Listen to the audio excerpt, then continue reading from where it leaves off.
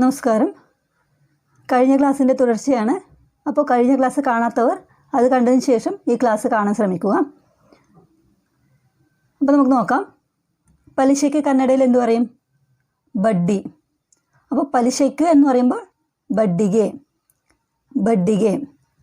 അപ്പോൾ ഞാൻ വാചകം വായിക്കാം. ನಾನು ಬಡ್ಡಿಗೆ ಸಾಲ ತೆಗೊಂಡಿದ್ದೇನೆ.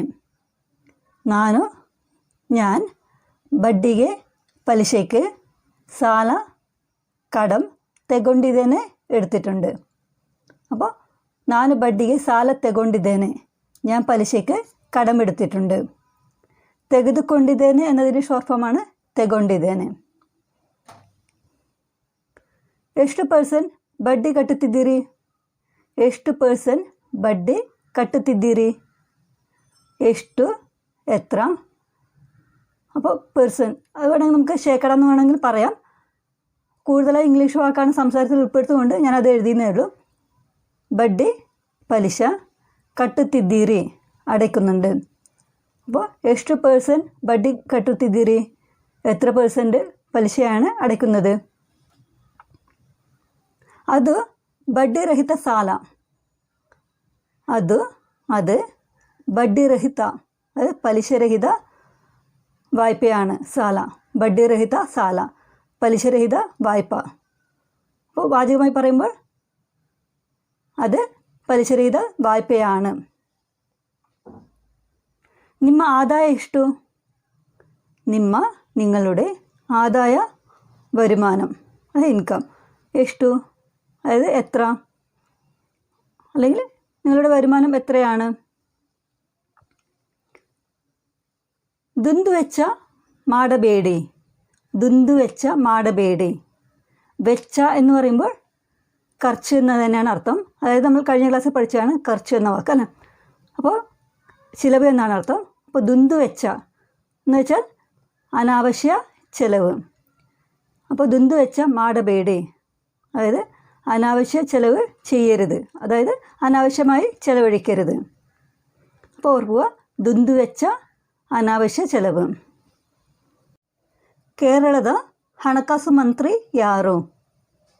കേരളದ, അത് കേരളത്തിൻ്റെ, ഹണക്കാസ് മന്ത്രി ധനമന്ത്രി, യാറു ആര്, അതായത് ആരാണ്. ഇവിടെ ഒരിക്കലും മന്ത്രി എന്ന് വായിക്കരുത്. മന്ത്രി എന്ന് വെച്ചാൽ തുളു ഭാഷയിൽ പുതപ്പ് എന്നാണ് അർത്ഥം. അപ്പോൾ കേരളത്തിൻ്റെ ധനമന്ത്രി ആരാണ്? കേരളದ ಹಣಕಾಸು ಮಂತ್ರಿ ಯಾರು? അപ്പോൾ നമുക്ക് മറ്റു വാചകങ്ങൾ നോക്കാം. ഇതെഷ്ടു?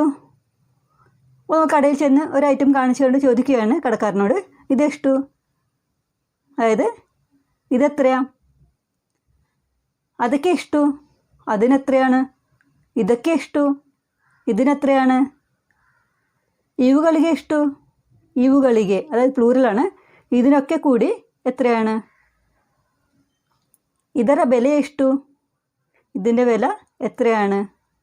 ಇದರ ಬೆಲೆ ಏನು? ഇതിൻ്റെ വില എന്താണ്.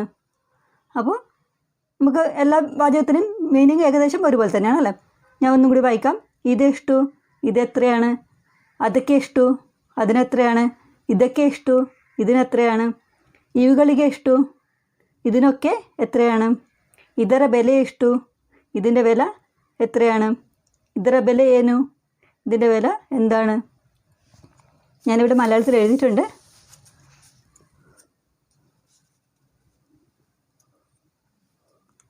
ഓക്കെ, അടുത്തത് എഷ്ടായിത്തു.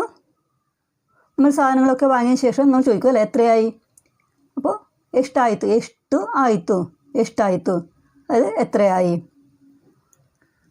ചിലപ്പോൾ നമ്മൾ ചോദിക്കും അല്ലേ, എത്രയാകും, ഇതിലേക്ക് കൂടി എത്രയാകും. അപ്പോൾ നമുക്ക് ചോദിക്കാം, എഷ്ടാಗುತ್ತೆ, എഷ്ടാಗುತ್ತೆ, ಎಷ್ಟು ആಗುತ್ತೆ, എത്ര ആകും. അപ്പോൾ കൂട്ടി വായിക്കുമ്പോൾ എഷ്ടാಗುತ್ತೆ. ನೀವು ಎಷ್ಟಕ್ಕೆ ಕೊಡ್ತೀರಿ? ನೀವು ಎಷ್ಟಕ್ಕೆ ಕೊಡ್ತೀರಿ. അപ്പോൾ നമ്മൾ ചിലപ്പോൾ ബാർഗെയിൻ ചെയ്യുമ്പോൾ, അപ്പോൾ നമ്മൾ കടക്കാരനെ ചോദിക്കുകയാണ്, നിങ്ങൾ എത്ര പൈസയ്ക്ക് ഇത് തരും. അപ്പോൾ ನೀವು ಎಷ್ಟಕ್ಕೆ ಕೊಡ್ತೀರಿ, നിങ്ങൾ എത്രയ്ക്ക് തരും. ಕೊಡ್ತೀರಿ.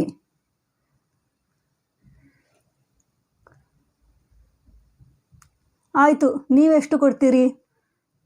നമുക്കിവിടെ ಕೊಡ್ತೀರಿ എന്നും ചോദിക്കാം, ಕೊಡ್ತೀರಾ ಎಂದು ചോദിക്കാം കേട്ടോ. അപ്പോൾ ಆಯಿತು എന്ന് പറഞ്ഞാൽ ശരി. ನೀವೆಷ್ಟು ಕೊಡ್ತೀರಿ, അല്ലെങ്കിൽ ನೀವೆಷ್ಟು ಕೊಡ್ತೀರಾ, നിങ്ങൾ എത്ര തരും, നിങ്ങൾ എത്ര തരും. 750 ರೂಪಾಯಿ ആകുത്തെ. അതായത് ഇതെപ്പോൾ പറയുന്നതാണ്, അതായത് ഞാൻ റാൻഡമായിട്ടാണ് സെൻറ്റൻസ് എഴുതിയിരിക്കുന്നത്, അപ്പോൾ അർത്ഥം മനസ്സിലാക്കുക. 750 ರೂಪಾಯಿ ആകുത്തെ. അപ്പോൾ 750 രൂപ ആകും. 500 ರೂಪಾಯಿ ಕೊಡ್ತೇನೆ, 500 ರೂಪಾಯಿ ಕೊಡ್ತೇನೆ, 500 രൂപ തരാം. ಆಯಿತು ತಗೊಳ್ಳಿ, ആയിത്തു ശരി, അത് തಗೊള്ളി, അത് വാങ്ങിക്കോളൂ അല്ലെങ്കിൽ എടുത്തോളൂ. അപ്പോൾ നമ്മൾ ഐറ്റം എന്താണ്, അത് കടക്കാരൻ കൊടുക്കുകയാണ്. ശരി, ആ വിലയ്ക്ക് നിങ്ങൾ ഈ സാധനം എടുത്തോളൂ. ഇല്ലെങ്കിൽ നമ്മൾ ആ ബാർഗെയിൻ പറഞ്ഞ, അതായത് അവർ കടക്കാരൻ പറഞ്ഞ പൈസ കൊടുക്കുകയാണ്. അപ്പോൾ നമുക്ക് പറയാം ശരി, നിങ്ങൾ പറഞ്ഞ വില തന്നെയാണ് ഞാൻ തരുന്നത്, അതായത് ആയിത്തു തಗೊള്ളി, ഇത് വാങ്ങിക്കോളൂ, തಗೊള്ളി. അപ്പോൾ സിറ്റുവേഷൻ അനുസരിച്ച് നമുക്ക് വാചകങ്ങൾ ഉപയോഗിക്കാം. ನೀವು ಎಷ್ಟು ಕೊಟ್ಟಿದ್ದೀರಿ, ನೀವು ಎಷ್ಟು ಕೊಟ್ಟಿದ್ದೀರಿ, നിങ്ങൾ എത്രയാണ് കൊടുത്തത്.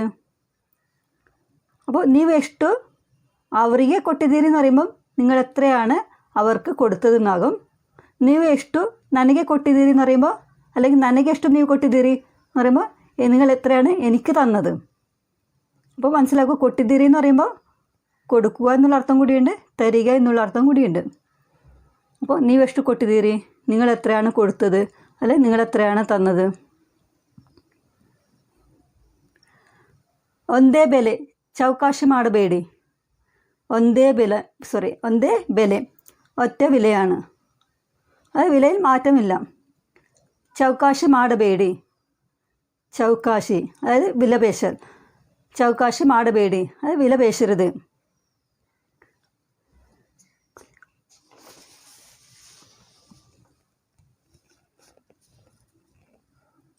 ಸ್ವಲ್ಪ ಕಡಿಮೆ ಮಾಡಿ.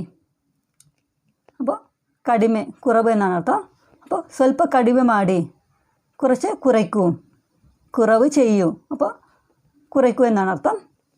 ಬೆಲೆ ತುಂಬ ಜಾಸ್ತಿ ಆಯಿತು, ಬೆಲೆ ತುಂಬ ಜಾಸ್ತಿ ಆಯಿತು, ಜಾಸ್ತಿ കൂടുതൽ. ಬೆಲೆ ತುಂಬ ಜಾಸ್ತಿ ಆಯಿತು, വില വളരെ കൂടുതലാണ്. അപ്പോൾ കൂടുതൽ ആയി എന്ന് പറയുമ്പോൾ അതിനർത്ഥം കൂടുതലാണ്. ಜೀವನ ಸಾಗಿಸಲು ಸಾಕಾಗುವಷ್ಟು ಸಂಬಳ ಸಿಗ್ತಾ ಇದೆ.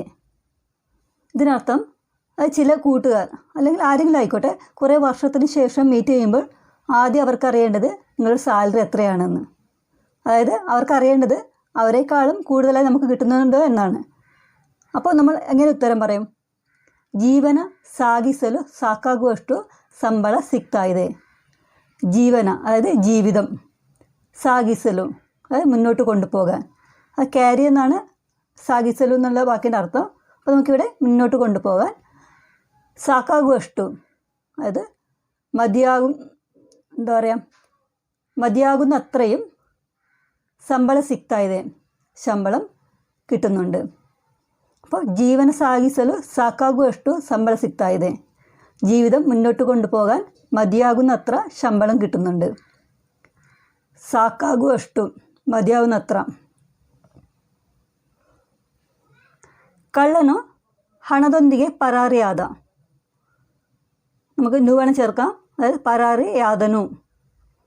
അപ്പോൾ കള്ളൻ ഹണദൊന്തിಗೆ, ഹണത ഒന്തിಗೆ അതായത് ഹണദൊന്തിಗೆ. ഇവിടെ മലയാളത്തിൽ ട്രാൻസ്ലേറ്റ് ചെയ്യുമ്പോൾ കള്ളൻ പണവുമായി രക്ഷപ്പെട്ടു. അപ്പോൾ ഇവിടെ ഹണദൊന്തിಗೆ, അത് ഒന്തിಗೆ എന്ന് പറയുമ്പോൾ കൂടെ എന്നാണ് അർത്ഥം. അവളൊന്തിಗೆ അവളുടെ കൂടെ, ഇവിടെ പണത്തിൻ്റെ കൂടെ, അതായത് അർത്ഥം എന്താണ്? അത് പണവും കൊണ്ട് എന്നാണ് അർത്ഥം. അപ്പോൾ പണവുമായി. കള്ളനു ഹണദൊന്തിಗೆ പരാറിയാത, പരാറിയാത എന്ന് പറഞ്ഞാൽ രക്ഷപ്പെട്ടു, അത് ഓടിപ്പോയി എന്ന് നമുക്ക് മലയാളത്തിൽ പറയാൻ പറ്റില്ല എന്ന് തോന്നുന്നല്ലേ, എനിക്കറിയില്ല. അപ്പോൾ പരാറിയാത അതായത് രക്ഷപ്പെട്ടു എന്നാണ് ഉദ്ദേശിക്കുന്നത്. ഇപ്പോൾ മലയാളത്തിൽ കന്നഡയിൽ വേറെ രീതിയിൽ പറയാം, കള്ളനു ഹണദൊന്തിಗೆ ഓടി ഹോത, അതിനർത്ഥവും അവൻ രക്ഷപ്പെട്ടു എന്ന് തന്നെയാണ് അർത്ഥം. ನಾನು ಪರ್ಸ್ ಮರ್ತು ಬಿಟ್ಟು ಬಂದೆ. ನಾನು ഞാൻ, പേഴ്സ് മറത്ത് വിട്ടു ബന്ദേ, അത് മറന്നിട്ട് വന്നു. ഉദ്ദേശിക്കുന്നത് ഞാൻ പേഴ്സ് മറന്നു, അത് എൻ്റെ കയ്യിൽ ഇപ്പോൾ ഇല്ല എന്നർത്ഥം. ഞാൻ പേഴ്സ് മറത്ത് വിട്ട് ബന്ദേ. ഇവിടെ ഴ എന്ന് കന്നഡയിൽ ഇല്ല, അതുകൊണ്ടാണ് പേഴ്സ് എന്ന് വന്നിരിക്കുന്നത്. അപ്പോൾ പേഴ്സ് എന്ന് പറയരുത്, പർസ്. ഞാൻ ಪರ್ಸ್ ಮರೆತು ಬಿಟ್ಟು ಬಂದೆ. ಒಂದು ವಾರದಲ್ಲಿ ಹಣ ವಾಪಸ್ ಕೊಡ್ತೇನೆ. ಒಂದು, അതായത് ഒരു എന്ന് പറയുമ്പോഴും ഒന്നെന്ന് പറയുമ്പോഴും കന്നഡ ഒറ്റ വാക്കേയുള്ളൂ ಒಂದು. ಒಂದು ವಾರದಲ್ಲಿ, വാര ആഴ്ച, വാരದಲ್ಲಿ ആഴ്ചയിൽ, ഒരാഴ്ചയിൽ ഉദ്ദേശിക്കുന്നത് ഒരാഴ്ചക്കുള്ളിൽ. ഹണ വാപ്പസ് കൊടുത്തേനെ, പണം വാപ്പസ് മടക്കി കൊടുത്തേനെ, തരാം. അത് ഒരാഴ്ചക്കുള്ളിൽ പണം മടക്കിത്തരാം. ഇഷ്ടു ഹണ ನನಗೆ ಬೇಡ. ഇഷ്ടു ഹണ, ഇഷ്ടു ഇത്ര, ഹണ പണം, ನನಗೆ ಬೇಡ എനിക്ക് വേണ്ട. നമുക്ക് തിരിച്ചു പറയാം, ನನಗೆ ഇഷ്ടു ഹണ ಬೇಡ, എനിക്ക് ഇത്ര പണം വേണ്ട. ನನಗೆ അഷ്ടു ഹണ ಬೇಡ, അപ്പോൾ അഷ്ടു എന്ന് പറയുമ്പോൾ അത്ര, എനിക്ക് അത്ര പണം വേണ്ട. അപ്പോൾ അടുത്ത ക്ലാസ്സിൽ ബാങ്കിങ് റിലേറ്റഡ് ആയിട്ടുള്ള വൊക്കാബുലറിയും സെൻറ്റൻസും നോക്കാം. അപ്പോൾ താങ്ക് യു.